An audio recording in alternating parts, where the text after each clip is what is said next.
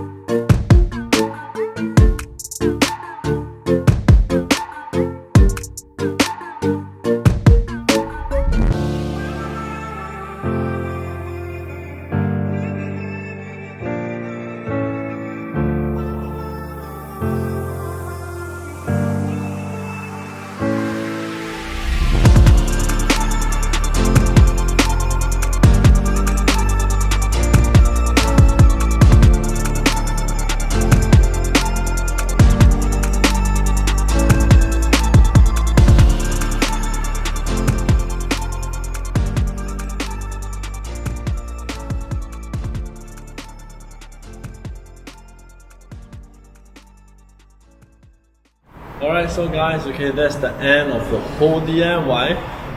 Taking it out, okay, I actually took about, just less than 30 minutes, okay, of getting the injectors out, okay, but when I'm putting back in, right, okay, the issue is with the nut that's furthest, okay, inside, okay, because it is very hard to go around corners to get that screw in to actually tighten it before you can, use the tool to turn it in. Yep, so that's one thing that you guys can take note. Maybe you can put all the 4 screws in first before you put it back in and screw it down. Yeah, that will make your job easier.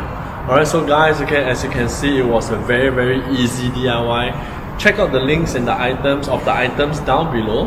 And if you need this service, guys, my email is there, okay? Do check me out, okay? Send me an email and I will reply you from there.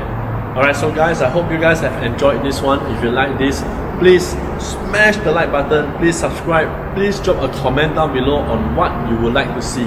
Is there something you want to do to your car but you are unsure of? Yeah, do drop down in the comments down below and we'll see you on the next one. Alright, so guys, stay safe, stay healthy, happy owning your car. Bye!